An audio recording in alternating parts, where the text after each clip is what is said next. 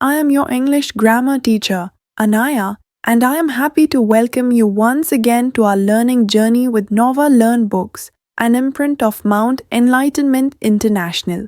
Today we are going to learn a very useful topic called possessive nouns. Possessive nouns help us show belongingness or ownership. When something belongs to a person or an animal, we use an apostrophe with S. For example, Mona's pencil means the pencil belongs to Mona.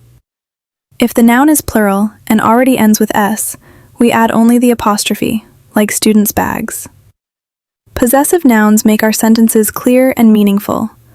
They help us talk about things that belong to people, animals, or living beings in an easy way. Write as directed, जैसे एक example लिखा हुआ है वैसे ही सारे लिखने हैं आपको. जैसे pencil of Mona, Mona's pencil. Car of Ramesh, Ramesh apostrophe S car. Student केवल, अब स्टूडेंट्स है तो जहाँ एस होता है वहाँ केवल कोमा लगाते हैं, अपोस्ट्रोफी लगाते हैं, एस नहीं लगाते. स्टूडेंट शोर्स, children's home. Read the following sentence and note down the highlighted words. Sentence को रीड कीजिए और हाईलाइटेड वर्ड को नोट कीजिए. इट इज सोहन्स पेंसिल, यह सोहन की पेंसिल है. These are babies toys. देखिए अब बेबीज है, इसमें लास्ट में एस है तो केवल कोमा लगाया है हमने.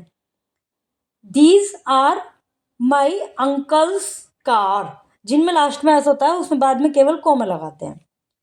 In all of the sentence given here, we use apostrophe followed by s with the noun to indicate to show belongingness and possession. सभी नाउन में हमने apostrophe s लगाया है जो कि ये दिखाता है belongingness शो करता है, possession शो करता है. Like सोहन पेंसिल, इसका मतलब ये है कि pencil of Sohan. Babies toys, uncles car, cars of uncle. If the noun is singular, then apostrophe is added before s to make comma s. While if the noun is plural, then comma apostrophe is added after s. यदि noun singular है तो coma लगा के s लिखते हैं, और यदि noun plural है तो s के बाद केवल कोमा लगाते हैं. This is the table of the teacher. This is the desk of Ruhanika. The doll of Yasmin is on the bottom shelf. These shoes are of Ram. I saw the nest of blackbird. The ears of rabbits are very big. Now let's rewrite them and read them again. This is the teacher's table.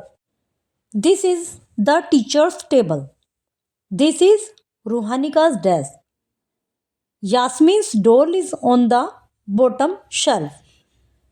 If the noun is plural, we use the apostrophes.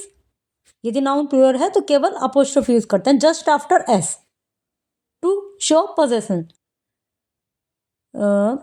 For example, the food of the cat's food.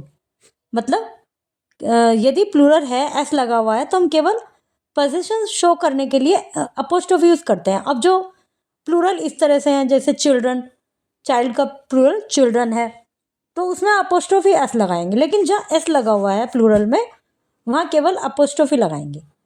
The fruits of the trees fruit. The apostrophe S is also used for showing the relation between two nouns. Apostrophe S दो noun के बीच में relation show करने के लिए भी लगाया जाता है. For example, the house in which Harish lives has a garden. The teacher liked the drawing made by Sunil. These can also be rewritten. इनको ऐसे भी लिख सकते हैं. Harish house has a garden. The teacher liked Sunil's drawing. The apostrophe s can only be used with nouns which are living things like person, animal and plants. जो apostrophe s है वो living में ही use होता है केवल, जैसे person, animals, plant. We cannot use apostrophe s in the case of non-living thing. Non-living में use नहीं करते. Brain stretch. Rewrite the following sentence using possessive nouns. The hotel belongs to Lalit. इनको apostrophe s use करके लिखना है, possessive noun के रूप में लिखना है. The bed belongs to Rita. जैसे ललित होटल, इस तरह से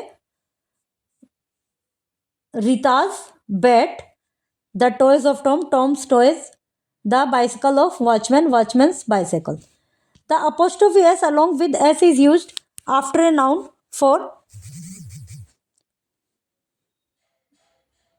showing possession, belongingness. Apostrophe s noun के बाद यूज किया जाता है पोजीशन और बिलोंगिंगनेस शो करने के लिए in a sentence with plural noun, जिनमें प्लूरल नाउन है सेंटेंस में और एस लगा हुआ है, तो वहां पर केवल अपोस्ट्रोफी यूज करते हैं.